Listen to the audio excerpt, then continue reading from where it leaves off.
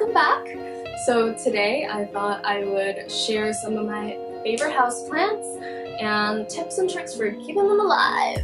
So some of you are probably like, oh, what the fuck is this? Sorry in advance if you find this topic a little bit dull. The plants are actually amazing, and I would really recommend that everyone fills their house with plants. I think it makes a huge difference, not only in terms of the decor and purifying the air, but plants are the foundation of our life cycle, and they're just really fulfilling to take care of, see them grow. I have 4 plants I want to share with you, and then just a few tips and tricks for taking care of them. So these plants are actually ones that are a little bit unique, I guess. I didn't really want to share just the ones that everyone has on their top lists. So let's just get started. The first is my favorite plant of all time, and this is the neon pothos. So a lot of you are probably already familiar with the golden pothos, which is this guy. Probably the most common house plant out there. But obviously I prefer the neon one because look at the color. He is just stunning. So I actually have 2 here. And these 2 are all propagated from one plant, and I have a few more small ones from that same plant. So they grow really quickly, and as you can tell, they're very lush and just great to have around. I have one in almost every room in the flat. So I'll talk a bit more about propagating these guys later, but they make for great kind of dangling hanging plants because they'll just keep growing and growing.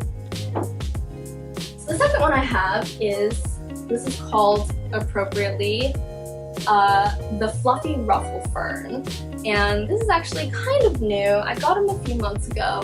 Actually, my boyfriend's mom gave this to me because I had been admiring hers for a really long time, so she was so kind to propagate it and gift this beautiful guy to me, and I'm starting to propagate it myself. You do have to take the plant out, separate the root in order to propagate this one. I love him. He's really hardy. I mean, in spite of the delicate look, it grows really quickly. The only thing I have to say about this plant is that you need to make sure that, I guess, more of the soil is exposed, because the leaves on the bottom layers, if they're not getting enough sunlight, they will dry out and die. So the next one, this is my first, maybe not first, one of my first plants ever. His name is Pablo Escobar, and he is really what started my plant love. He is what you call a rubber plant, and judging by the dark leaves, he does grow slower. Most plants with darker leaves will grow slower, but he's doing great. I've had him for more than a year. I do have to say though, and I'm noticing this now, is you should be rotating your plants so that they get an equal distribution of sunlight, because you can tell he's definitely meant to face this way and not this way. So I need to turn him around a little bit. So the last one I have is a bit weird, but it is actually avocado plants. So obviously this is something you can plant yourself. You probably have seen this on YouTube or just from Googling Pinterest. So it's actually, yeah, just a planted avocado pit, and I have a few of these. Here's a smaller one, and I have a few that are in water right now waiting to be potted. This guy's not doing so well. He has like 2 brown leaves. He'll be okay though. I'll talk a bit later about some of the reasons why this would happen.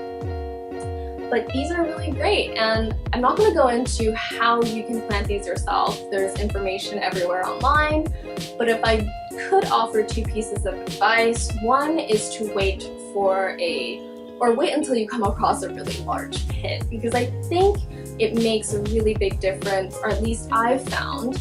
So this guy, he's been potted around the same time as this one, or exactly the same time. But as you can tell, he's much smaller. He hasn't even sprouted his second level of leaves. Looks like he's starting though. This one's already on its third, and the pit is a little bit bigger. I know someone who found a bugging massive pit, and the plant is just huge now. It's like literally a mini tree. And it was planted around the same time that mine were. So I think the pit size does make a big difference. The pit size does matter in this case.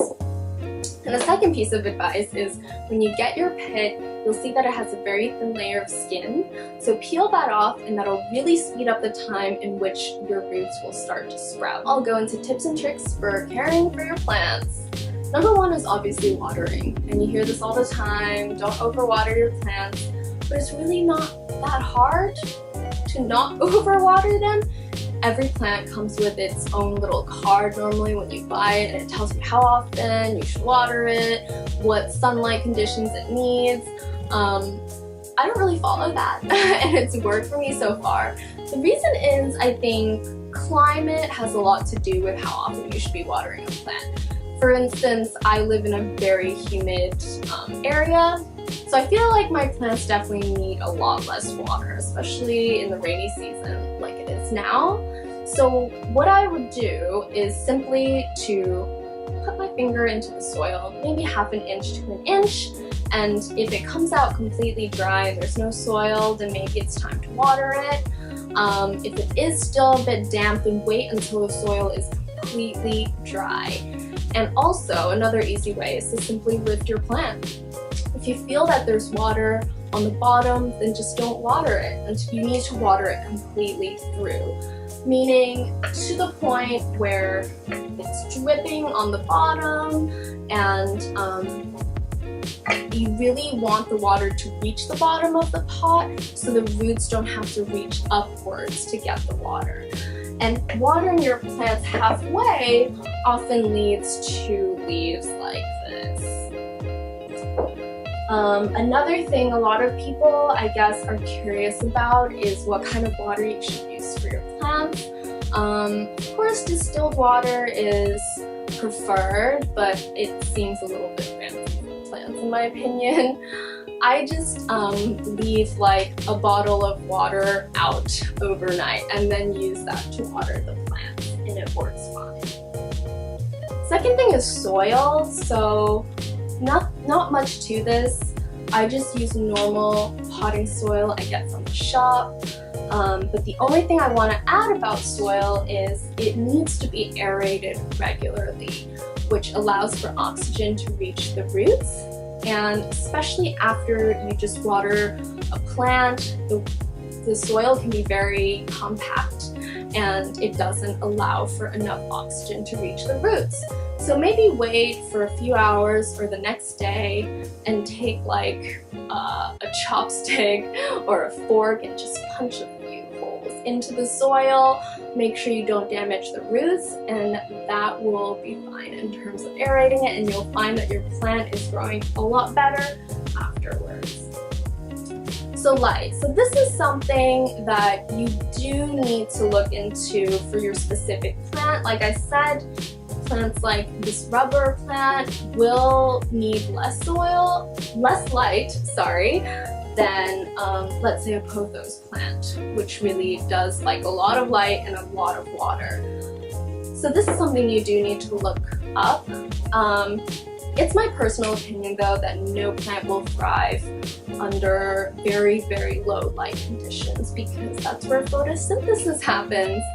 So I don't really keep I do keep a plant in my bathroom, but I'll swap it out regularly, and so that's something to think about. Next is fertilizing. So I don't actually fertilize my plants using store-bought fertilizers. I just think they're not great, especially because you're using it in your home. But there's a lot of natural fertilizers you can use. For example, two that I've tried is using fortified water. So sometimes if you're washing rice or something, you can keep the water from the rice and then use that to water your plants so it has added nutrients in it. Or you can soak eggshells overnight and then use that for your plants. You can obviously, of course, use things like compost. I just kind of don't want to mess around with that. I don't want to attract insects, but that's also another option. And lastly is pruning. So this is really straightforward. I mean, with plants like this, you just want to prune these dead leaves because they're not going to heal themselves and they're just going to stay like that. So there's no point in wasting photosynthesis effort on the part of the plant for these dead leaves. And for, let's say, this leaf, well, it's growing a lot of babies here, I'll just pick off the dead leaves, which occurs pretty regularly. Just need to be careful. This guy has got a lot of thorns. So people think I have a cat, but no, it's actually from my plant. And one thing I do want to add as a bonus is propagating. I love that word. I've used that quite a few times in this video already. So like I said, I propagate my Pothos plants a lot because they grow really quickly and I just love filling my home with these plants. It's really simple, so this is just one example obviously. So if you're going to be propagating this plant, you'll see that once it grows to a certain length, it has these little roots that start popping out at every node. So you just want to clip it right here so there's a bit of root sticking out. So clip, clip, clip, clip, clip, and then you'll have around 5 to 6 leaves. And then I would usually put it in some water. Don't have any now because, like I said, I just propagated this guy from a bigger plant, and this is collected from many different nodes, obviously, and then you just basically pot it. There's not much to it, super simple. Maybe I'll do a video if anyone's interested. Like I said, every plant is a bit different. You'll need to look up how to propagate it, but typically it's very straightforward. Like I said, most of my plants are very low maintenance because I love them, but I also can't afford to spend too much time on them. So these are the plants that I found that have lasted. Hope you enjoyed this video. If you have any questions, leave them in the comments below. No shame in being a plant lady. Plants are awesome, and hope I'm not alone in this. If you're a plant lover as well, definitely let me know and we can swap plant tips and stuff. So yeah, thanks for watching guys. I'll see you next time.